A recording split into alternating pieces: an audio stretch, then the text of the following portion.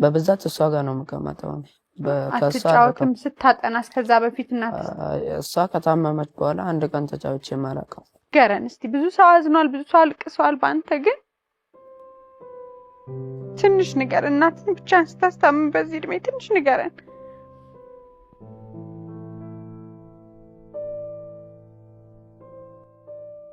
እናቴ የታመመችበት ማታም ብዙ አሟት ነበረ። ከዛ በኋላ ወደ ሚሽን ጤና ጣቢያ የሚል እንትን አለ። ወደ ጤና ጣቢያ ወሰድናት። ከዛ በኋላ ሪቨር ጻፉላት፣ ለሷ ማለት ነው። ሪቨር ሲጽፉላት ከዛ በኋላ ወደ ምኒልክ ላኳት። በዛም ቀን ብዙ መድኃኒት ብዙ እንትን ነበረ። ያን ያህል ብቁ የሆነ ገንዘብም የለንም። አይዞህ የኔ አበባ፣ አይዞህ።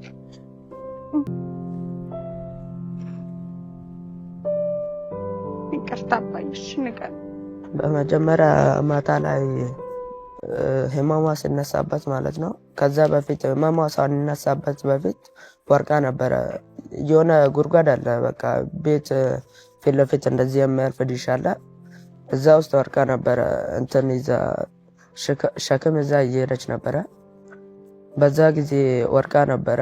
ከዛ በኋላ በሆዷ ነበረ ወደቀችው። ከዛ በኋላ ህመሟ ተነካና ያ ማታ በጣም አመማት። ከዛ በኋላ ወደ ጤና ጣቢያ ወሰድና ከጤና ጣቢያ ደግሞ ሪቨር ጽፎልን ወደ ቀጥታ ወደ ምኒልክ።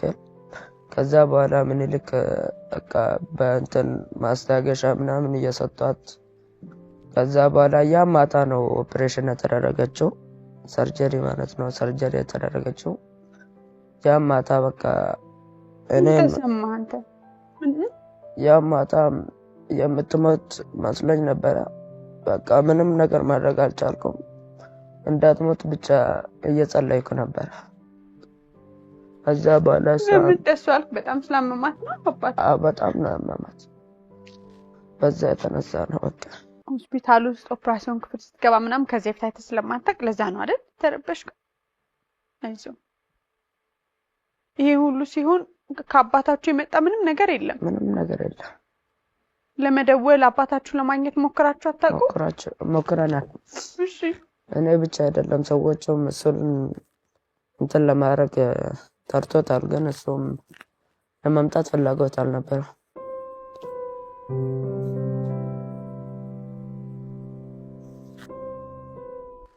ከዛስ በኋላ ከሆስፒታል ወዲያው ወጣች? ቆየች? ኦፕሬሽን ቆይታለች በጣም 2 ሰዓት ነው ምናምን እንድናገባቸው። ማታ 7 ሰዓት ነበር። ማታ 7 ሰዓት ወጣች፣ 2 ሰዓት ገብታ። እሺ። በጣም ነው ቆየችው። ያን አንተ ልጆች ቤት ነበሩ? አብራችሁ ነበራችሁ? ልጆቹ ቤት ነበሩ። እኔ ብቻ ነበርኩት ያን ጊዜ። ማንም ሰው አጠገቤን ነበር። ከዛ በቃ ከኦፕሬሽን ክፍል ስትወጣ አልጋ ይዛ ነበረ። ከዛ በኋላ አልጋ ይዛ እዛም እኔ ነበር ያስታመምኳት። ከዛ በኋላ የሆነ የኛ ጎረቤት አለች ዛራ የምትባል፣ በጣም ነው የሚቀራረቡት። እሷ መታ ነበረ። ከዛ እሷ ስትመጣ አልጋ ይዛ ነበረ ያን ጊዜ። እሷ ስትመጣ እኔም ገብቼ በቃ ልብስ ምናምን ይዤላት ገብቼ እኔም ሻወር ገብቼ ልብሴን ቀይሬ ከዛ በኋላ እንደ ብርድ ልብስ አይነት ነገር ወስጄላት እየሄድኩ እየተመላለስኩ አጥሜት ምናምን እየሰራሁ እዛ ነበረ እማደርስላት። በአንተ እድሜ በጣም ብዙ ልጆች ብዙ ነገር ያደርጋሉ። ብዙ ያንዳንዴ የኑሮ የዓለም እንዴት እንደምትሄድ ትንሽ ግራ ይገባል። ግን በጣም ጎበዝ ልጅ ነሽ። በጣም ጠንካራ አባት ሳይኖር እንደ አባት ሆነ እናትህን አስታመህ ምናምን እንጂ በጣም ጎበዝ። ካሊድ የኔ አንተ መጠየቅ የምፈልገው ምንድነው ታውቃለህ? አባትህ እንዲህ የማይቀርባችሁ ወይም ደስተኛ ያልሆነው ለምንድን ነው የሚመስልህ? አንተ እንደሚገባ እንደ ልጅ አንደበት ለምንድን ነው የሚመስልህ? ምንም የሚሰማኝ ነገር የለም ስለሱ። ለምን እንደሱ አልክ? ለምን እንደሱ አልክ? ያን ጥያቄ ነው። እሱም በቃ በተደጋጋሚ እናቴ በታመመችበት ጊዜ ደውለናል። ለማምጣት ፍላጎት የለም። አሁን እሱ እዚህ ቢመጣ ራሱ እኔ ዞር ብዬ የሚያወራው አይመስለኝም። አንዳንድ ሰው እንትን ማለት ነው ሀሳብ ማለት ነው። ለምን እሷ ያለችበት ጊዜ ራሱ ያልመጣ ሰው እሷ ከሞተች በኋላ ምን ያደርጋል? ከመጣም ምንም አያደርግም። ስለዚህ እኔ ስለሱ ማውራትም አልፈልግም። ይቅርታ አድርግልኝ።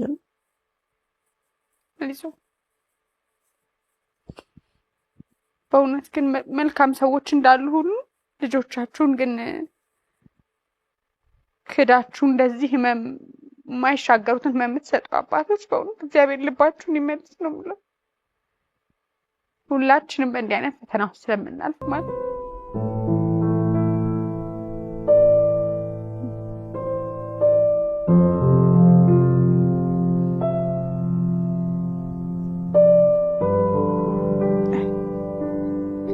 ካልዲ አሁን ጧት ተነስተ ምንድነው የምታደርገው ለልጆቹ? እሷም እያለች እየታመመች ምንድነው የምታደርገው? ምግባቸው የሚቋጠር ትምህርት ቤት ነው የሚበሉት?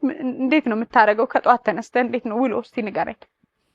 መጀመሪያ ተነስቼ ለእነሱ ቁርስ እሰራለሁ። ከዛ በኋላ ቁርስም ከሰራ በኋላ ለእናቴም ትንሽ አጥሚት እሰራለሁ። ከዛ በኋላ ልጆቹ ሲነሱ እነሱንም በቃ እነሱም ይታጠባሉ። ከተነሱ በኋላ ሲነሱ ዩኒፎርማቸውን ምናምን ለብሰው በቃ ቁርሳቸውን በልተው ይሄዳሉ ወደ ትምህርት ቤት። ምግብ የምትሰራ ወጥ ምናምን የምትሰራው አንተ ነህ? አዎ እሰራለሁ። እኔ ነኝ የምሰራው። እንጀራ ትጋግራለህ? እንጀራ እንኳን አልጋግርም። ወጥ ነው የምትሰራው? እንጀራ እስኪ ትገዝታችሁ ነው? እንጀራ እንገዛለን። መቼ ነው የለመድከው ወጥ መስራት? እስቲ ሙያ አስተምረኝ። እኔ ሙያ ስለሌለኝ እኔ ሁሉም ነገር ከሳ ነው የተማርኩት። በቃ ያን ጊዜም ከሳ በጣም አልርቅም። በቃ ሁሉ ነገር ስትሰራም ምሳም ሁሉ ነገር ስትሰራም እኔ ነው ህቃም ሁሉ ነገር በቃ የማመጣለት እኔ ነኝ። በቃ ከሳ ነው የተማርኩት ሁሉንም ሙያ። ጓደኛ በጣም የቅርብ ጓደኛ እናት ናት? አዎ በጣም አዎ እናቴ ናት ጓደኛ። አይዞህ በጣም ጠንካራ ነህ ካልዲ። ያንን ሁሉ መከራ ጊዜ አልፈ ቀላል ነው ማለት አንችልም፣ ከባድ ነው። ከዚህ በኋላ የምትሄድበት መንገድ ከዚህ በኋላ ገንዘብ የማይተካቸው ብዙ ነገሮች አሉ ብዬ ነው ማሰብ። ገንዘብ ምቾት የማይመልሳቸው ብዙ የህይወታችን ነገሮች አሉና ጓደኛ የሆነች እናትህን ከስራ ማጠፋው እናትን ማጣት በራሱ የሚፈጥረው ብዙ ነገር አለ። ከዛ ማይፈልገኝ አባት አለ ብሎ ማሰብ፣ ከዛ ደግሞ በ14 አመት እነዚህን ሁሉ ልጆች ኃላፊነት ወስዶ መግቦ አብልቶ አጠጥቶ አሳድጎ ማኖር በራሱ ከዚህ በኋላ የሚገጥምህ ቀላል ጊዜ አይደለም። ግን ጎበዝ ልጅ ነህ አንተ። በዙሪያ እንደነሱ አይነት ሰዎች ከዚህም በኋላ ወደ ህይወት የሚመጡ በርካታ ሰዎች አሉና አሁን እንደምትኖሩበትም ሁኔታ እንደሚያስፈልጋቸውም ነገር ብዙ ነገር ያስፈልጋቸዋል። አንዳንዴ ወደ ሶሻል ሚዲያ የሚመጡ ነገሮችን የምንፈራለው ይወጡና በጣም ይታዩና ብዙ እንደተረዱ ብዙ ሰው እንዳገዛቸው ይቆጠርና አይቻል የተለጠፉ ነገሮች ቤት ተሰጠው አዲስ አበባ መሃል ውጭ ሀገር ሄዱ፣ ውጭ ሀገር ሊሄዱ ነው፣ ፕሮሰስ ጀምረዋል፣ ይሄን ያህል ሚሊዮን ብር ገባ። ይሄ እውነት ያልሆኑ ግን ደግሞ የሚረዱ ሰዎችን ወደ ኋላ የሚያስቀሩ ብዙ መረጃዎች እየወጡ ነውና ምንድነው የሚያስፈልገው የሚለው መጀመሪያ ካንተ አንደበት ልስማ። አንተ ትልቅ ሰው ስለሆንክ በሳል ስለሆንክ እንደ አዋቂዎች ደግሞ የሚያስፈልጋችሁ ብለው የሚያስቡ ረጅም ጊዜ በጉርብትና እናንተንም እናትህንም የሚያውቁ ደግሞ አሉ። አንተ ግን ምን ቢሆን ነው የምትደሰተው? አሁን ካልዲ ውስጥ ያለውን ስብራት ውስጥ ያለውን ሀዘን እንደው ትንሽ የሚያስታግስልህ ምን ቢሆን ምንድነው የሚያስፈልግህ አንተ? ጌታዬ አሁን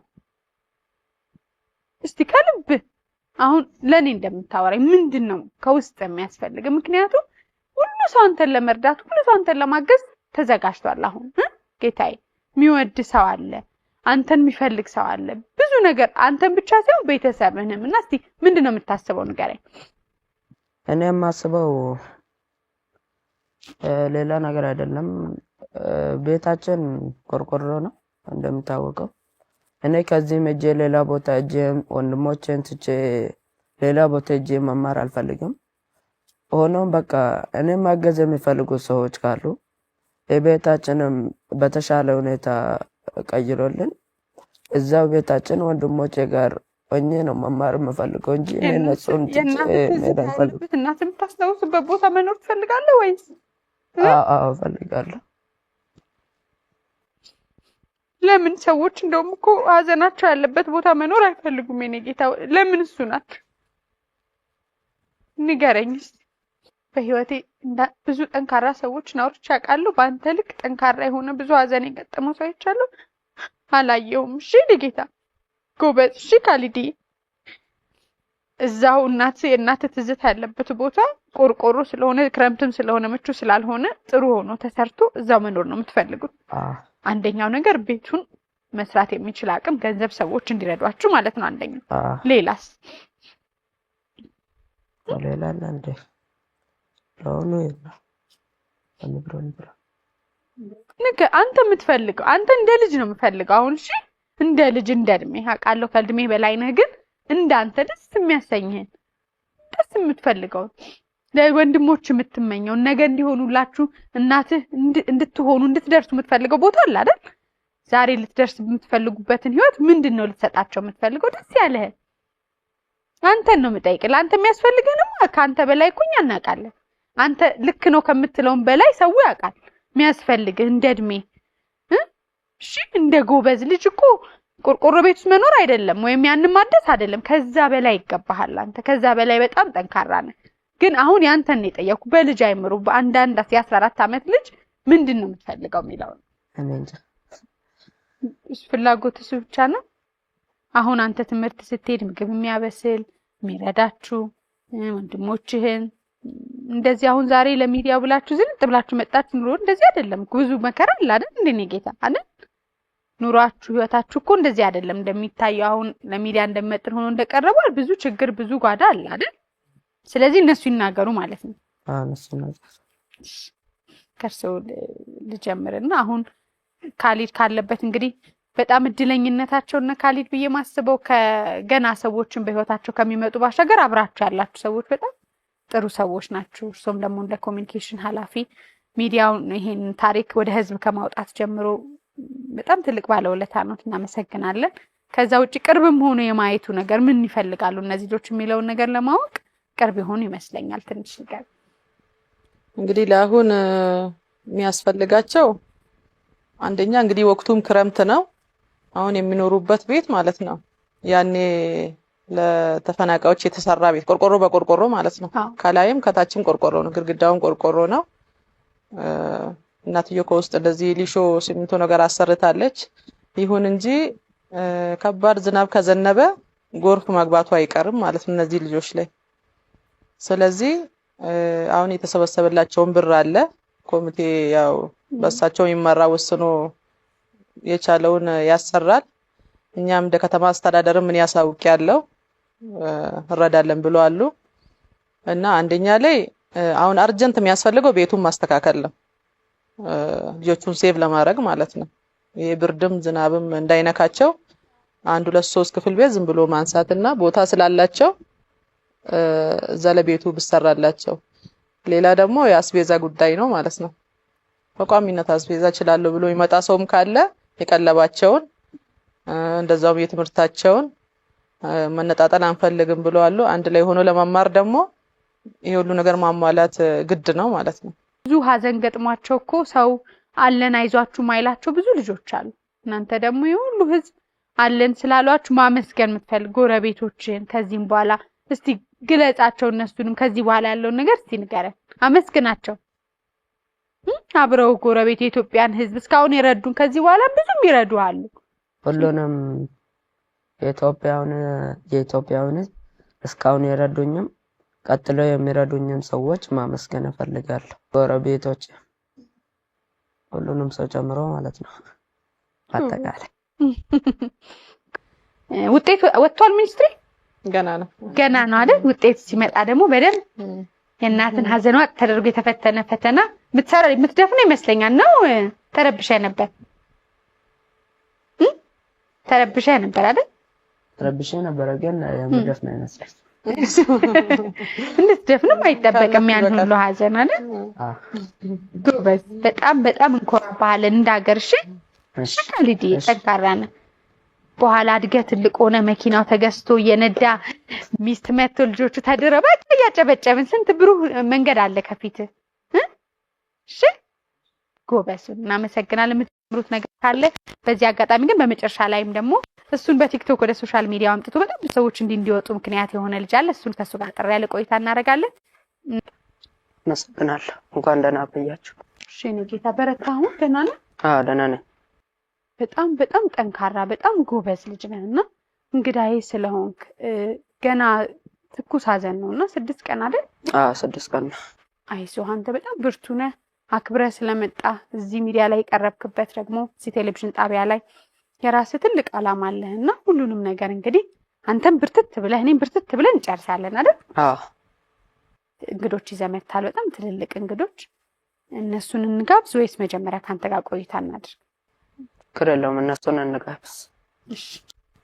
ማን ይባላሉ እንግዶች ሚስራት ትባላለች አሁንም አተካረፈች በኋላ ልጆች ብቻችሁን ናችሁ አይደል እስቲ ንገረኝ ትንሽ አሁን ስላለህበትና እነሱን ታስተዋውቀኛለህ እሺ አሁን ያለሁበት ከልጆቻችን ጋር ነው ያለሁት ለአሁኑ እነሱ ነው አጠገቤ ያሉት ማለት ነው ከጅጅጋ ወደዚህ መታችሁ ከረጅም ዓመት በኋላ ስትኖሩ ወንድሞችን አንተ ብቻ ነህ አሁን አንተን ታሳድጋቸው ከታች ያሉት ሁለት ወንድሞች ማን ይባላሉ አንደኛው ሙራድ ቃሲም ይባላል ሁለተኛው ደግሞ ሮብሰን ቃሲም ይባላል ስንት ዓመታቸው ነው አንደኛ ሙራድ 10ኛ ዓመት ነው ሮብሰን ደግሞ 6ኛ ዓመቱ ነው አንተ አሁን ወደ 15 ነው የምትሄደው 14ን ጨርሰው ወይ 14ን ጨርሼ ወደ 15 መቼ ነው ወደ አዲስ አበባ የመጣችሁት እንዴት ተወለድክ ትንሽ ንገረኝ ይቅርታ ግን እሺ ስሜታዊ ሆነ በዚህ በተረበሸ ስሜት እንደማወራ ይገባኛል ግን ደግሞ ልታጫው ችግር የለም አዲስ አበባ ከመጣን 8 ዓመት ሆኖናል በ2010 ነበር የመጣ ነው ከጅጅጋ እንትን ሆነን ማለት ነው ከጅጅጋ ነው የሚባለው ብዙም አማርኛ የለም ጎበዝ ነህ እንደው በደንብ ነው የምታወራው ካልሆነ በኦሮምኛ እንገባለን ችግር አለ ሞክራለሁ እኮ ነው ችግር የለም እኔም ብዙም አማርኛ አልችልም የተወለድክበትን ያደግክበትን ትነግረኛለህ ግን ትልልቅ እንግዶች በአሁን ሰዓት እንግዲህ ካሊድ ያው ብቻህን ልጆችን የማሳደግ ኃላፊነት አንተ ላይ ነው እንደው ብዙዎቻችን በተለይም ደግሞ ዝቅተኛ የኑሮ ደረጃ እንዳላቸው ቤተሰብ እንደተገኘ ልጅ ብዙ የኢትዮጵያ ሕዝብ ከዚህ በኋላ ብዙ ሰው አብሮህ እንደሚቆም ባስብም አሁን ግን ለጊዜው ከጎን ያሉ ኃላፊነት ወስደው ስላንተም ጥሩ ለመናገር የመጡ አሉ አንተ ወደ ሶሻል ሚዲያ አምጥተውኛ መድረክ ድረስ ያመጡ ደግሞ በጣም ልባም ሰዎች አሉ ጅጅጋ ነው እናም አባቴም ያ ጊዜ ከኛ ጋር ነበር ከዛ በኋላ ከዛ ወተን እዚህ ጣፎ ስንገባ እሱም ከአብሮን መጥቶ ከዛ በኋላ እሱ ትቶን ሄደ